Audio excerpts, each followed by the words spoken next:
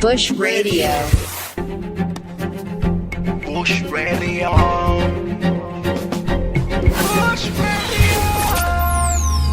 Bush Radio. Bush Radio. Your real talk radio.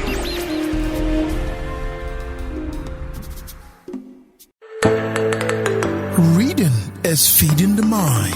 Feed the mind. Go to udarabooks.com. Udara Books. Feeding the mind.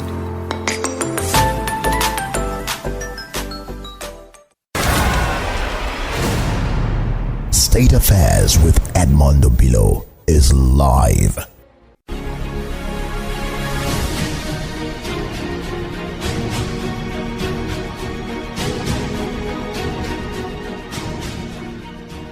To attain progress, the conditions and structures of hate and disharmony are replaced by jobs, love, science, innovation, justice, and education. This revival is led by persons of honor for the lead to redeem. The program is State Affairs. I am Edmund Obilo.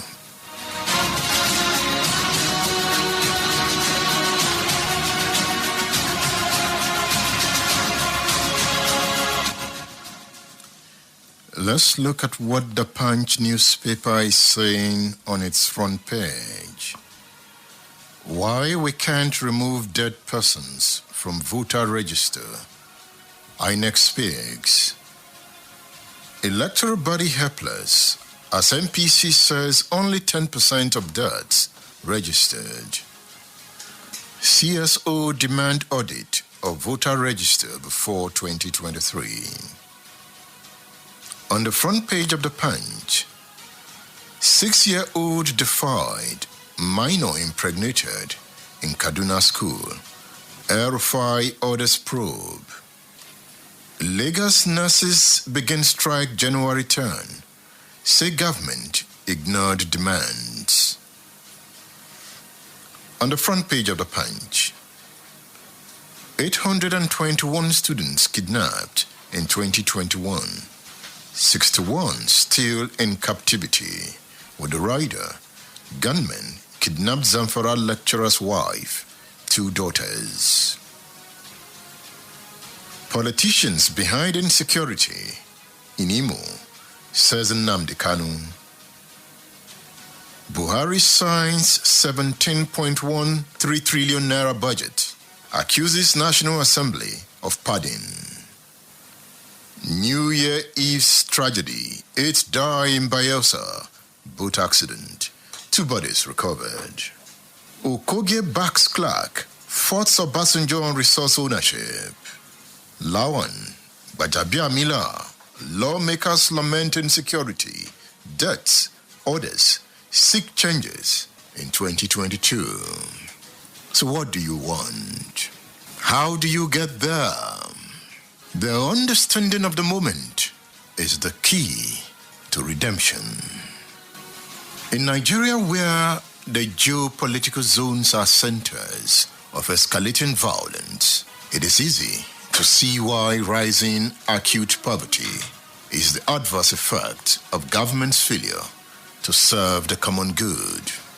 Under this condition, such government is in power, but losing the compelling authority to command obedience from a fast-growing population of citizens becoming government to themselves. How? They provide water for themselves. They provide electricity, security, and welfare for themselves. Since government is of little value, it becomes irrelevant over time and suffers the resentment that follows. It also means the state is not well organized and its processes are not effective. So, the state cannot serve the common good. Such a state cannot support the basic amenities of life for the largest number. that state becomes fragile and decays as it descends into unprecedented violence. A disorganized state cannot attain physical, political, economic, and psychological well-being of its people. The Radio Man is here. The program is State Affairs.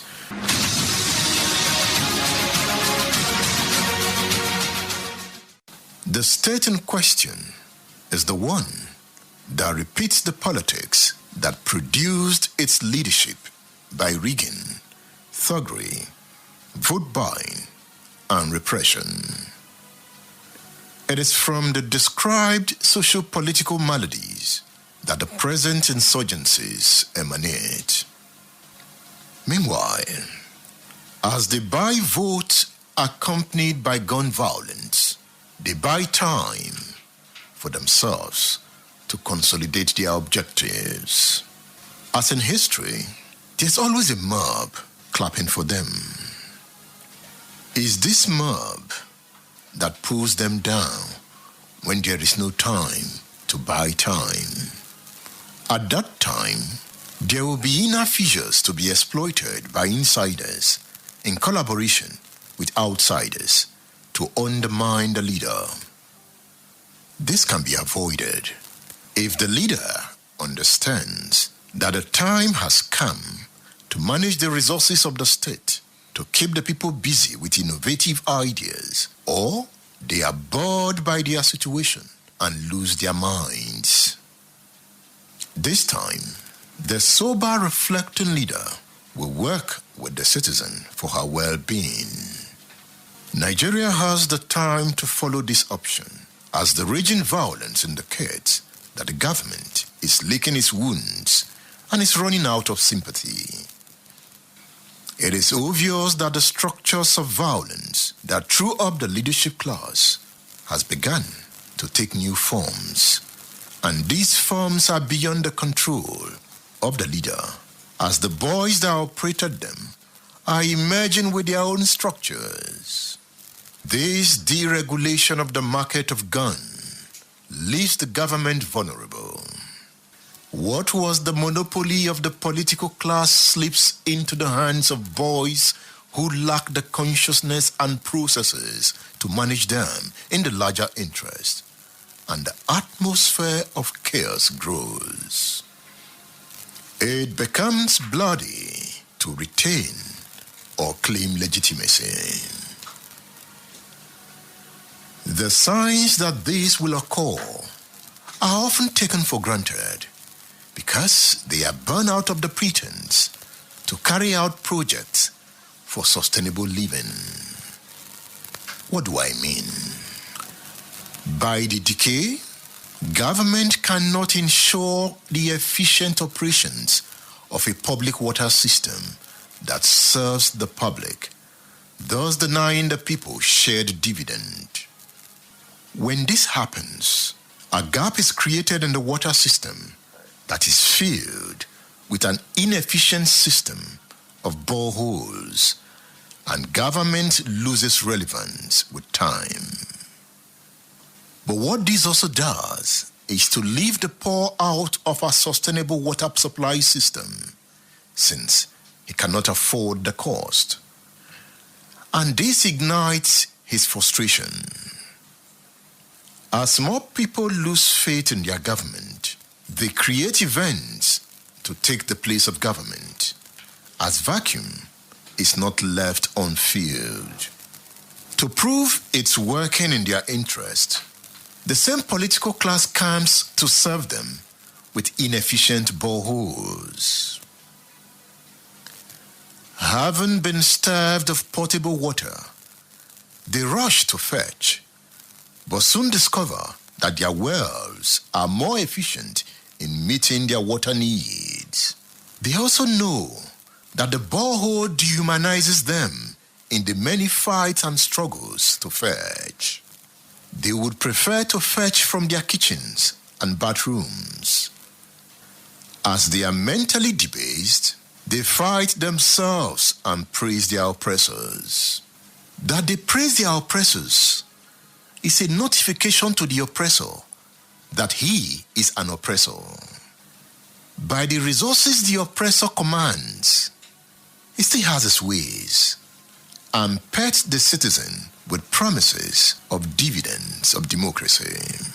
Now, the borehole packs up as another politician comes with the promise of another one that will be well fed by electricity.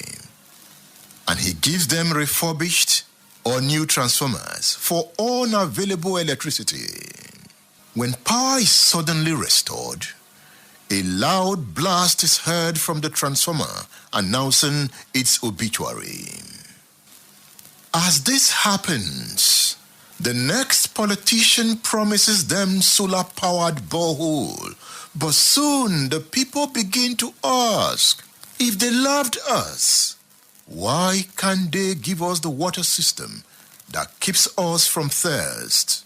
Why do they give us transformers without electricity? Why do they use Okada and Keke as empowerment projects when they can bring in air-conditioned buses transporting the people on good roads to progress? Why have they refused to create the environment where a larger number of the people are inspired to undertake economic activities that sustain them? The point is that when the leadership class begins to act in microclusters in the name of empowerment, time is running out. What you see at the moment is a scramble to show that something is happening. But the situation tells the story of a free fall. By this time, the institutions of the state are left at the mercy of those controlling them, and they will deploy them abusively. That is why the police becomes brutal, and the civil servant loses shame. It is when the teacher in primary and secondary schools join parents to undermine the examination process. It's when the journalist writes to fill his stomach and leaves the people with stories that aggravate their condition. It's also when the boy who finds a gun joins forces with others like him to exert themselves through armed robbery, banditry, and terrorism. But there are also those who invent out of the chaos products of integrity, innovation, and development. Always watch out for them. When they come, they are unnoticed and taken for granted. But boom, something happens, and they redeem the land. Now, this present system feeds on the innovative and deprives him of the energy to remain creative, as he is limited by his environment.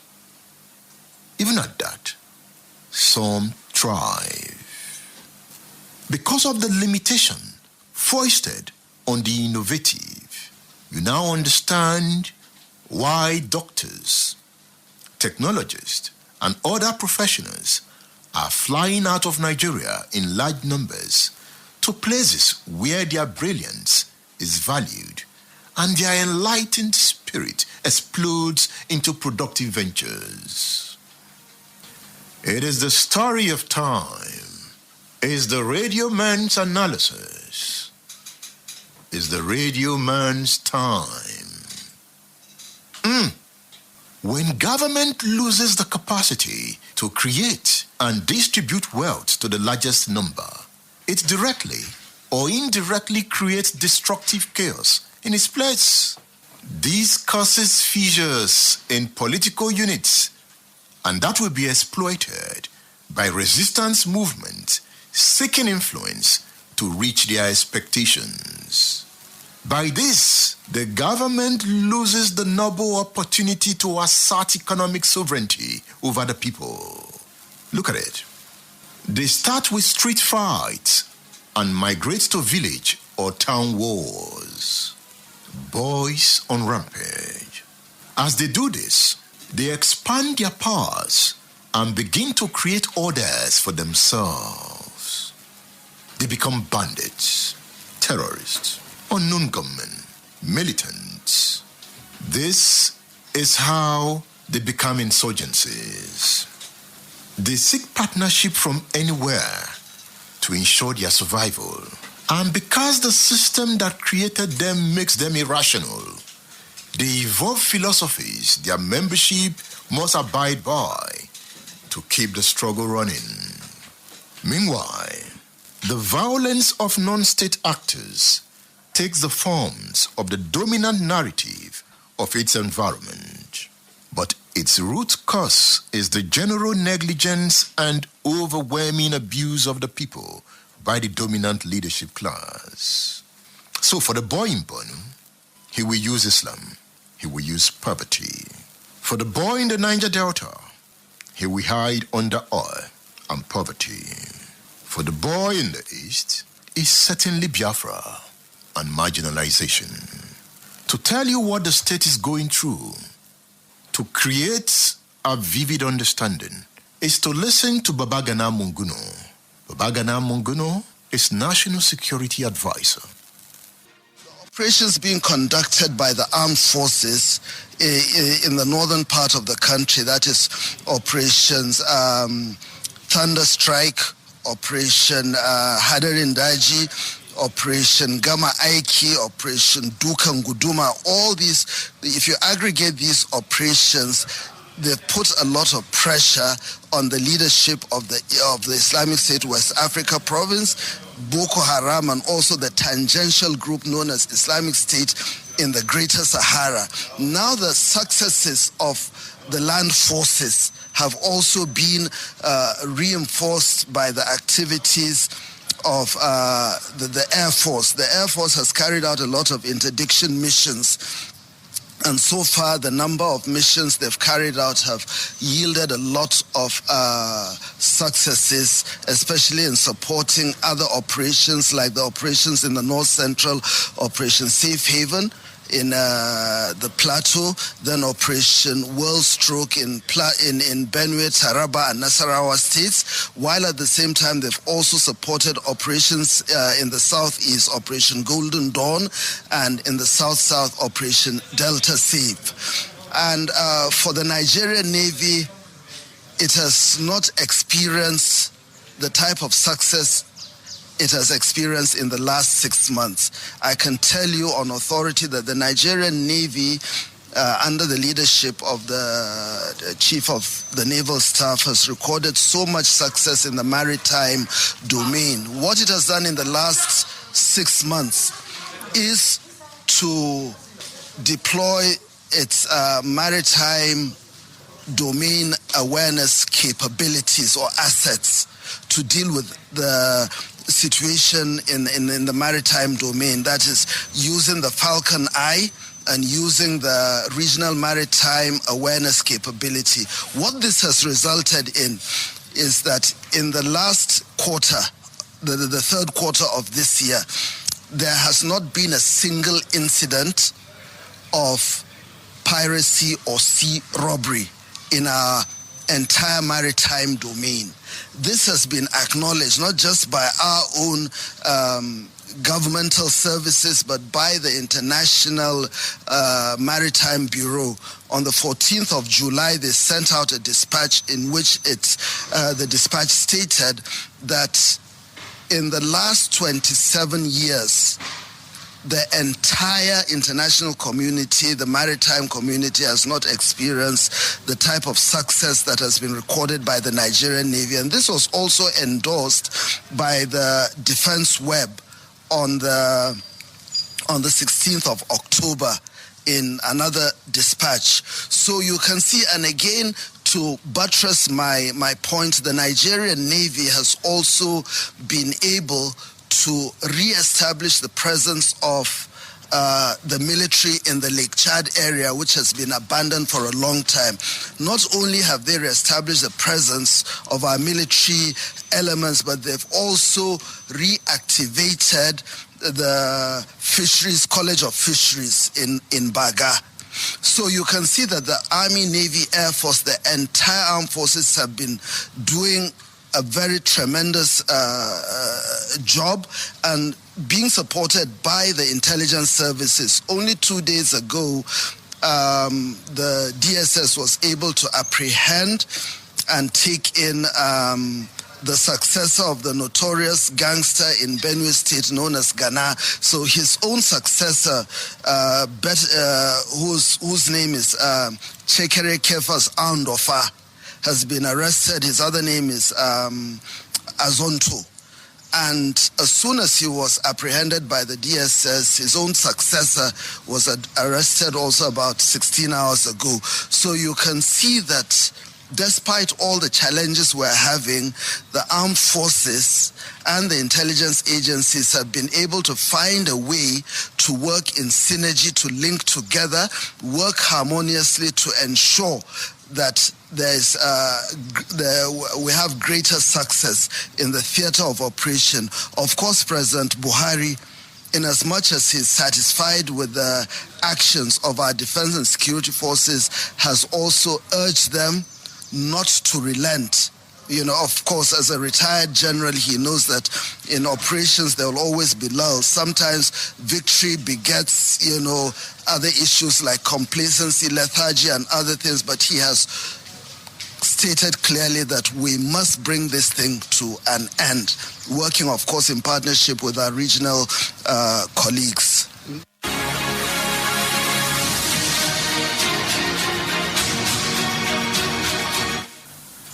That's a retired general. He is the National Security Advisor, Babagana Monguno. He made that speech in October 2021. If you listened carefully to him, the military is at war in every part of the country. And the political leadership buys arms. But the political leadership refuses to change the conditions that create violence. Do I say they will fight in vain until the conditions are changed? The radio man is here.